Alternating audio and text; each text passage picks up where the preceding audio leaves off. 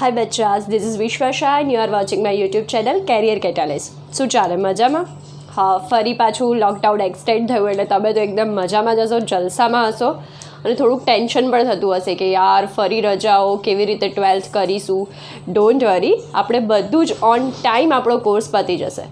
બસ ખાલી તમારે એટલું કરવાનું છે કે હું જેટલું કરાવું એટલું સાથે સાથે તમારે લર્ન કરવાનું છે સરખી રીતે. ઓકે, તો મેં જેમ તમને લાસ્ટ લેક્ચરમાં કીધું હતું કે ફર્સ્ટ ચેપ્ટર આપણે બોર્ડના પોઈન્ટ ઓફ વ્યૂથી પૂરું કર્યું છે અને નીટનો એક ટોપિક બાકી છે જે છે વાનસ્પતિક પ્રસર્જનની કૃત્રિમ પદ્ધતિ. વાનસ્પતિક પ્રસર્જન એટલે ખબર જ છે તમને કે વનસ્પતિના કોઈ એક ભાગમાંથી, એ પછી પ્રકાંડ હોય, પર્ણ હોય કે મૂળ હોય, એમાંથી પૂરો નવું છોડ સર્જન કરવાની જે પદ્ધતિ છે એને કહેવામાં આવે વાનસ્પતિક પ્રસર્જન. સ્પેસિફિકલી વનસ્પતિમાં થતું અલિંગી પ્રજનન કુદરતી પદ્ધતિઓ આપણે જોઈ છે. મેં તમને ચાર્ટ મોકલો તો યાદ છે, મૂળ દ્વારા, પ્રકાંડ દ્વારા, પર્ણ દ્વારા, કલિકા દ્વારા. હવે આજે આપણે કૃત્રિમ પદ્ધતિ ભણવાની છે જે ઓલરેડી તમે 10thમાં ભણી જ ગયા છો. કઈ કઈ? 3 છે: કલમ કરવી, દાબ કલમ કરવી અને આરોપણ. તો પહેલી પદ્ધતિથી આપણે સ્ટાર્ટ કરીએ, એ છે કલમ કરવી. એમાં શું કરવામાં આવે? મૂળ કે પ્રકાંડના ભાગને કલમની જેમ કાપવામાં આવે. તમે કદાચ જોયું હશે તમારા ઘરે ચોમાસામાં કોઈ છોડ કુંડામાં વાવતી વખતે જે ગાર્ડનર, જે માળી હોય, એક સ્પેસિફિક શેપમાં પ્રકાંડને કટ કરે, કલમના શેપમાં. તો મૂળ કે પ્રકાંડને કલમમાં શેપમાં કટ કરીને ભેજવાળી જમીનમાં ખૂંપાવી દેવામાં આવે. એટલે એનો જે ભાગ જમીનના સંપર્કમાં હોય એમાંથી અસ્થાનિક મૂળનું સર્જન થાય. અસ્થાનિક મૂળ એટલે તમે કહેશો જે સ્થાનિક ના હોય એ. અસ્થાનિક એટલે બીજના ભ્રૂણમૂળ સિવાય વનસ્પતિના કોઈ પણ ભાગમાંથી મૂળનો વિકાસ થાય તો એને અસ્થાનિક કહેવામાં આવે. જોઈએ આપણે, મૂળના ટુકડાને કાપીને ભેજવાળી જમીનમાં ખૂંપાવતા ત્યાંથી અસ્થાનિક મૂળ સર્જાય. કલમ એ મૂળ, પ્રકાંડ કે પર્ણની થઈ શકે. તો મૂળના ટુકડા માટેના 2 એક્ઝામ્પલ છે, લીંબુ અને આંબલી. આમાં તમારે ઉદાહરણ ખાસ યાદ રાખવાના છે. ઓકે, સેકન્ડ છે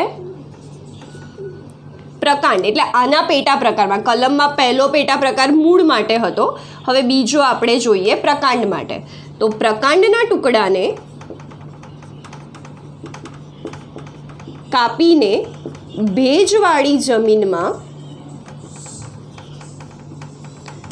ખૂંપાવતા તેમાંથી અસ્થાનિક મૂળ સર્જાય. મૂળ સર્જાય એટલે નવી સંતતિ સર્જાય અને પ્રકાંડના હવાઈ ભાગમાંથી કલિકા વિકસે, કુંપળો વિકસે.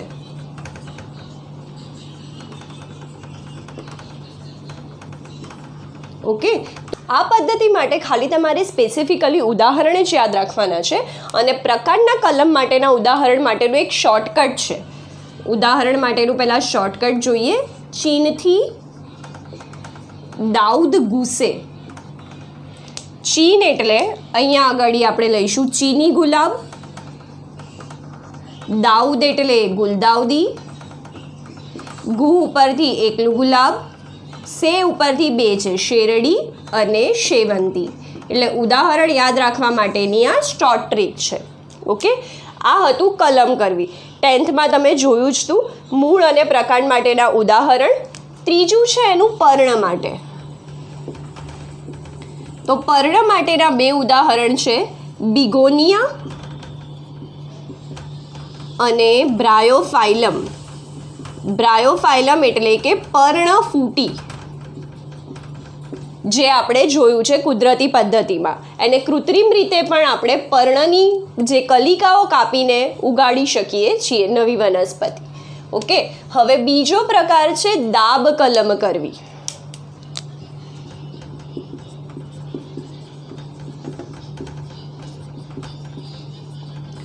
આ પણ તમે 10thમાં ભણી ગયા છો અને તમે આકૃતિમાં જોઈ શકો છો. આમાં શું કરવામાં આવે કે વનસ્પતિનો જે શાખા જમીનની નજીક હોય એને વાળીને જમીનમાં દાટી અને અમુક ભાગ એનો બહાર રહે એવી રીતે રાખવામાં આવે, જેમ આકૃતિમાં દેખાય છે.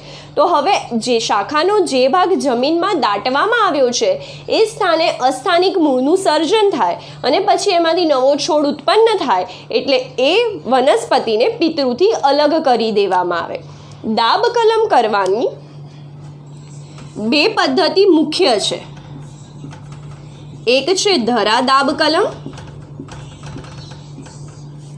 એટલે કે ગ્રાઉન્ડ લેયરિંગ, અને બીજું છે હવાઈ દાબ કલમ અથવા ગુટ્ટી. ગુડ્ડી ગુડ્ડી નહીં, ગુટ્ટી. Air layering.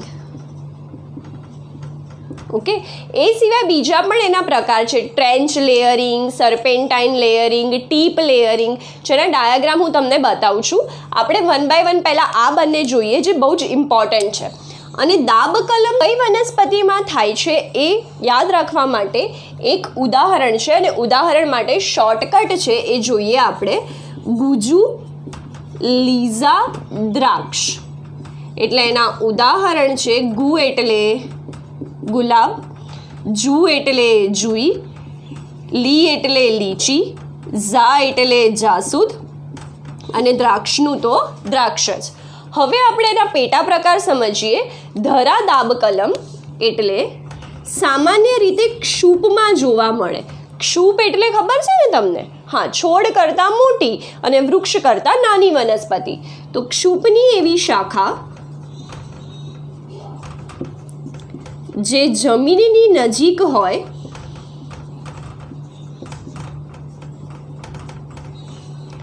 તેને વાળીને અમુક ભાગ જમીનમાં દાટવામાં આવે. આકૃતિમાં તમે જોઈ શકો છો. અને જમીનના સંપર્કમાં રહેલા ભાગમાંથી અસ્થાનિક મૂળનું સર્જન થાય.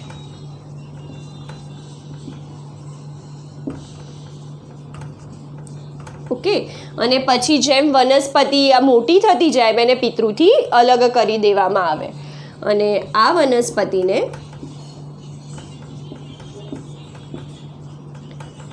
પિતૃથી અલગ કરવામાં આવે. ઓકે, હવે આપણે જોઈએ હવાઈ દાબ કલમ અથવા ગુટ્ટી, જે શેમાં જોવા મળે. તો હવાઈ દાબ કલમ એ સામાન્ય રીતે વૃક્ષમાં કરવામાં આવે. કેમ? કારણ કે એનામાં એવી કોઈ શાખા નથી કે જે જમીનની નજીક હોય. ક્ષૂપની ઊંચાઈ તો નીચી છે, એટલે એવી શાખા હોય કે જે જમીનની નજીક જોવા મળે, જે આ વૃક્ષમાં પોસિબલ નથી. તો આ વૃક્ષમાં કરવામાં આવે, અને એમાં શું કરવામાં આવે તો શાખાનો એક ભાગ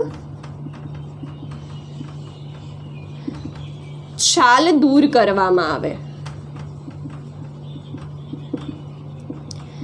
અને ત્યાં માટી, ગાયનું છાણ, ઘાસ, કપાસ અને થોડા વૃદ્ધિ અંતઃસ્ત્રાવ રાખી પોલિથીનથી પેક કરવામાં આવે. એને પોલિથીનથી એટલા ભાગને બાંધી દેવામાં આવે. તમે આકૃતિમાં જોઈ શકો છો કે કેવી રીતે એક શાખાનો ભાગ છે, હવાઈ ભાગ, જેને એટલો છાલ કાઢી નાખી છે, અને ત્યાં માટી, ક્લે, ગાયનું છાણ, કપાસ, ઘાસ અને વૃદ્ધિ અંતઃસ્ત્રાવો નાખી અને પોલિથીન બાંધી દેવામાં આવે. થોડા સમય બાદ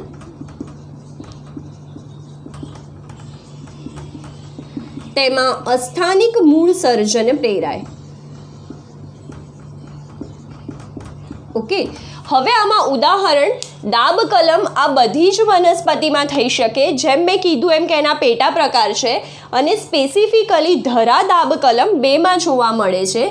એક છે રાસબેરી અને બીજું છે સ્ટ્રોબેરી.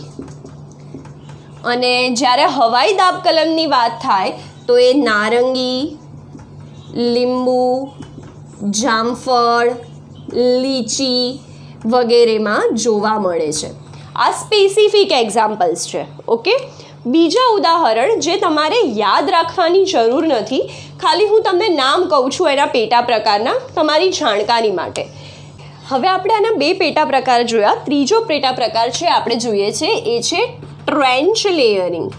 ટ્રેન્ચ લેયરિંગ જે રીતે તમે આકૃતિમાં જોઈ શકો છો કે વનસ્પતિને સમક્ષિતેજ રીતે એક દાટી દેવામાં આવે અને જેના દરેક ભાગ, જે ભાગ જમીનના સંપર્કમાં આવ્યો હોય એમાંથી નવા પ્રરોહનું નિર્માણ થાય.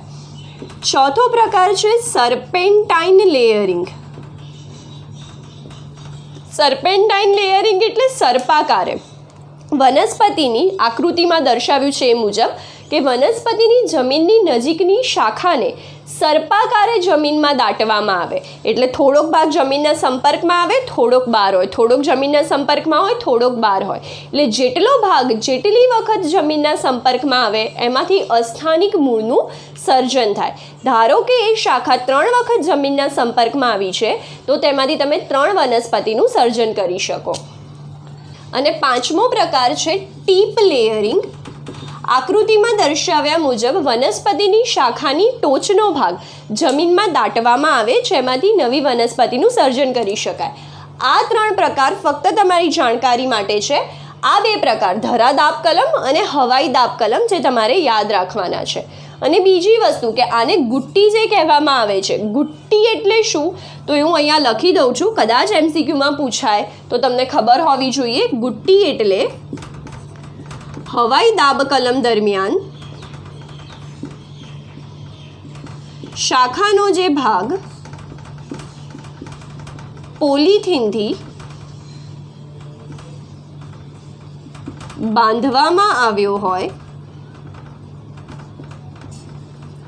તેને ગુટ્ટી કહે છે.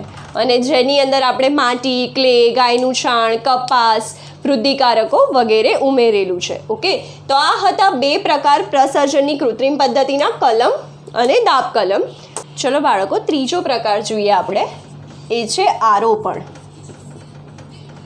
કે ગ્રાફ્ટિંગ. આ પદ્ધતિનો ઉપયોગ હોર્ટિકલ્ચર એટલે ઉચ્ચ ગુણવત્તાવાળા ફળ, શાકભાજી, ફૂલ વગેરે ઉત્પન્ન કરવાની જે શાખા છે એને કહેવામાં આવે હોર્ટિકલ્ચર. આ પદ્ધતિનો ઉપયોગ હોર્ટિકલ્ચરમાં ખૂબ જ પહેલાંથી થતો આવ્યો છે. કઈ વનસ્પતિ માટે આરોપણ વાપરી શકાય તો જે વનસ્પતિ નબળું મૂળતંત્ર ધરાવતી હોય તેના માટે આ પદ્ધતિ વાપરી શકાય. આ પદ્ધતિમાં એક જ વનસ્પતિની 2 અલગ અલગ જાત વચ્ચે તમે સંયોજન કરાવી શકો જે કલમ કે દાબ કલમમાં શક્ય નથી. એક જ વનસ્પતિની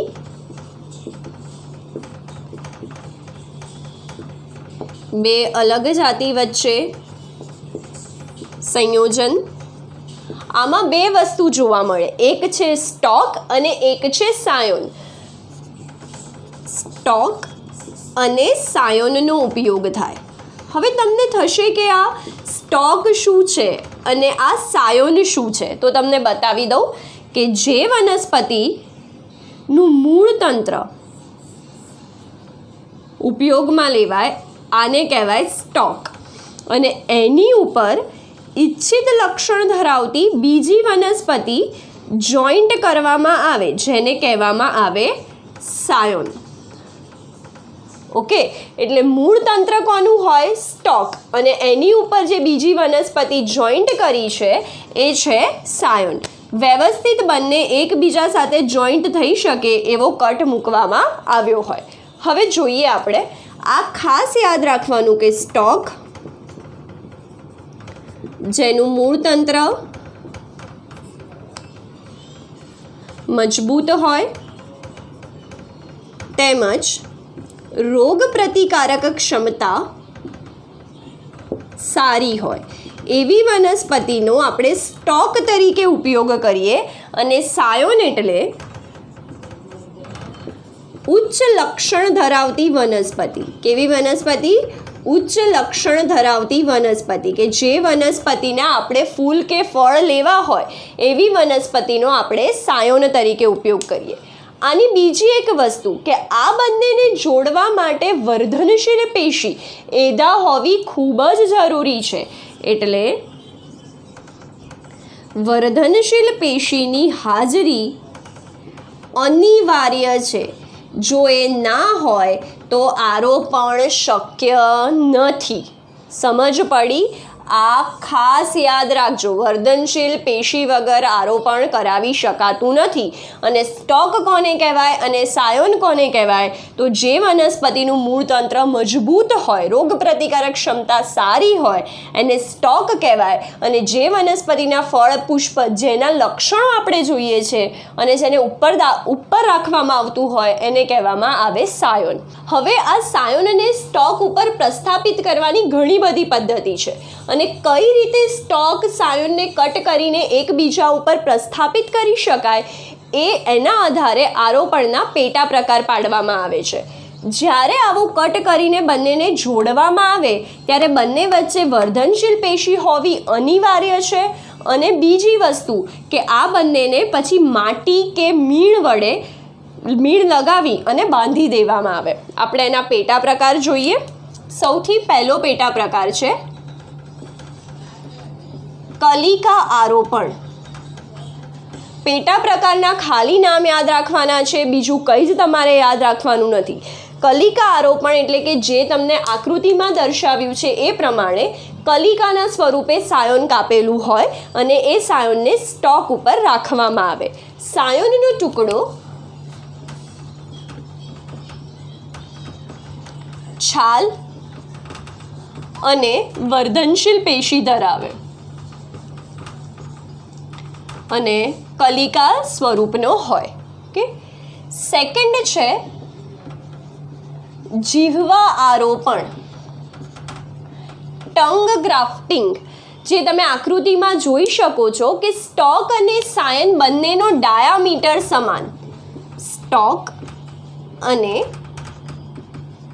સાયોનનો ડાયામીટર સમાન અને એવી રીતે કટ કરીને સ્થાપિત કરેલું છે સાયોનને સ્ટોક ઉપર કે જીભના આકારનું દેખાય છે, માટે આપણે એને કહીએ છીએ જીહવા આરોપણ. ત્રીજું છે તાજ આરોપણ, જે તમને આકૃતિમાં દેખાય છે ક્રાઉન ગ્રાફ્ટિંગ, મુગટ જેવું લાગે. એક કરતાં વધારે સાયોન, જે તમે જોઈ જ શકો છો. ઓકે. પછી છે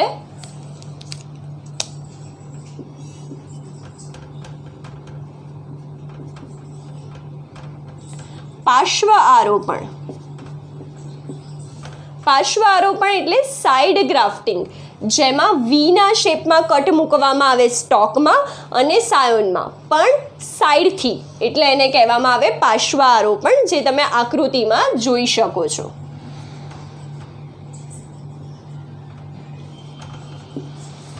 પછીથી છે ફાચર આરોપણ,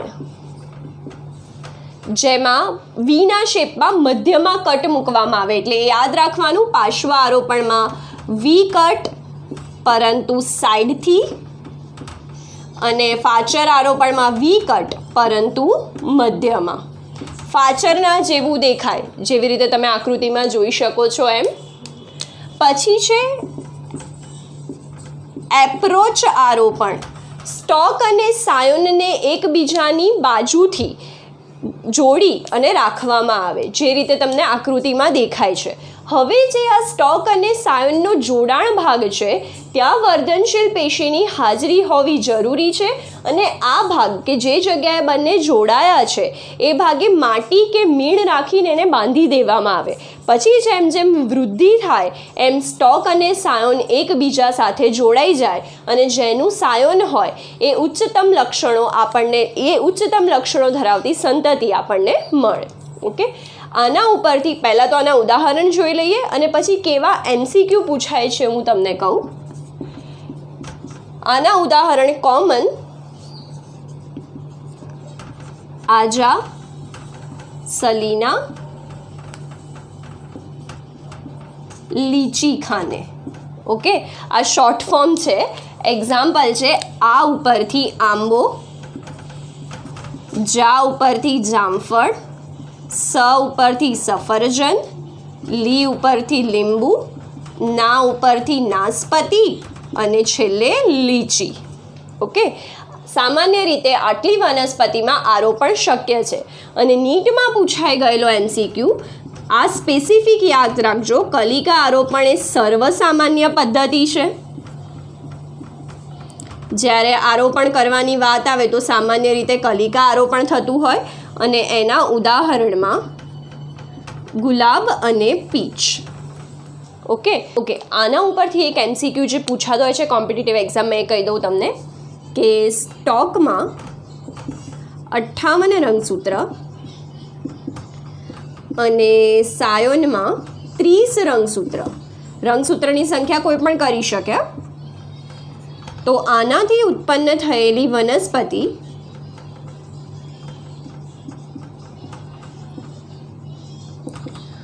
માં મૂળ અને અંડકોશમાં કેટલા રંગસૂત્ર હશે?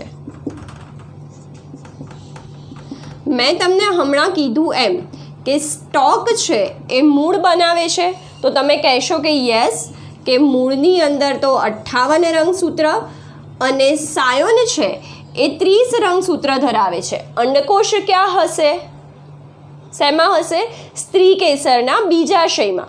તો હવે પુષ્પ છે એ સાયોનવાળી વનસ્પતિમાંથી ઉત્પન્ન થયું છે, એટલે એમાં 30 રંગસૂત્ર હશે, પણ એ દ્વિકીય છે. એનું અંડકોશ કેવું હશે? એકકીય. એટલે અંડકોશમાં કેટલા રંગસૂત્ર હોવા જોઈએ? 15. પર્ણના રંગસૂત્ર પૂછ્યા હોત તો 30 આવત, સમજો છો ને? દ્વિકીય કોષ હોત તો 30, પણ અંડકોશ એ એકકીય છે, માટે 15. એટલે જે પણ પ્રરોહ તંત્રનો ભાગ છે એ સાયોન જેટલા રંગસૂત્ર ધરાવે, અને મૂળ તંત્રનો ભાગ છે એ સ્ટોક જેટલા રંગસૂત્ર ધરાવે. બીજી એક વસ્તુ કે મેં તમને કીધું એમ કે એની વચ્ચે જ્યારે સ્ટોક અને સાયોન વચ્ચે જોડાણ જરૂરી હોય ત્યારે વર્ધનશીલ પેશી જોઈએ, એધા જોઈએ. માટે આ પદ્ધતિ દ્વિદળી વનસ્પતિમાં કરી શકાય, કારણ કે દ્વિદળી વનસ્પતિ એધા ધરાવે છે. આ યાદ રાખજો. માટે હું અહીંયા લખી જ લઉં, તમે ભૂલી જશો. દ્વિદળી વનસ્પતિમાં શક્ય છે. ક્લિયર? મેં તમને આને પહેલાંના લેક્ચરમાં વાનસ્પતિક પ્રજનનના ફાયદા અને ગેરફાયદા તો કીધા જ હતા. એ સાથે, અને હું તમને નોટ્સ પણ મોકલી દઈશ, એ સાથે આપણું આ પહેલું ચેપ્ટર નીટ પોઈન્ટ ઓફ વ્યૂથી પણ પૂરું થાય છે. હવે આપણે નેક્સ્ટ લેક્ચરમાં સેકન્ડ ચેપ્ટર સપુષ્પી વનસ્પતિમાં લિંગી પ્રજનન સ્ટાર્ટ કરીશું. અને યાદ કરાવી દઉં કે થર્સડે તમારે આ ચેપ્ટરની એક્ઝામ છે. ઓકે.